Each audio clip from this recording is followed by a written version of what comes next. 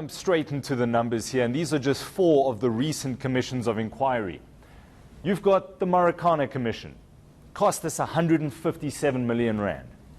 You've got the Seriti or Arms Procurement Commission, 137.2 million rand.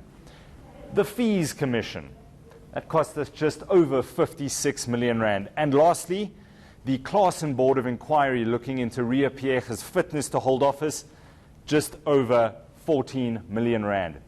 And lastly, what did these 4 commissions alone cost you, the taxpayer?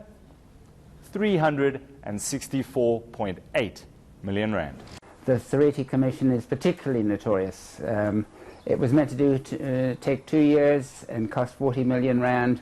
It cost 137 million rand and went for 5 years, and said there was no evidence of corruption. It was all Terry's fantasy. What corruption? But surely for that amount of zeros, we should be getting some value for money. Sadly, the experience both in South Africa and internationally is that they rarely do achieve anything. The answer would simply be no. You cannot justify the quantum of money that has been spent on each of these commissions. If the purpose of the commission is for justice, do I believe the money is well spent? The answer would be no.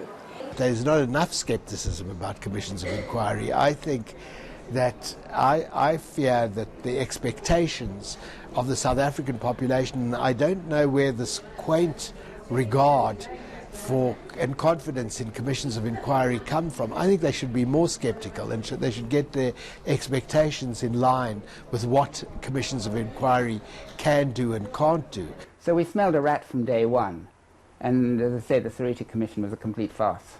That commission must be established. Our constitution empowers the president to appoint commissions of inquiry and set the terms of reference. What happens next? They make those recommendations to the president. Very often the president who appointed them is really not interested in arriving at sharp, implementable conclusions. In reality, commissions of inquiry are simply a place to park a political hot potato. The commission adjourns for the last time. Michael Apple, Johannesburg.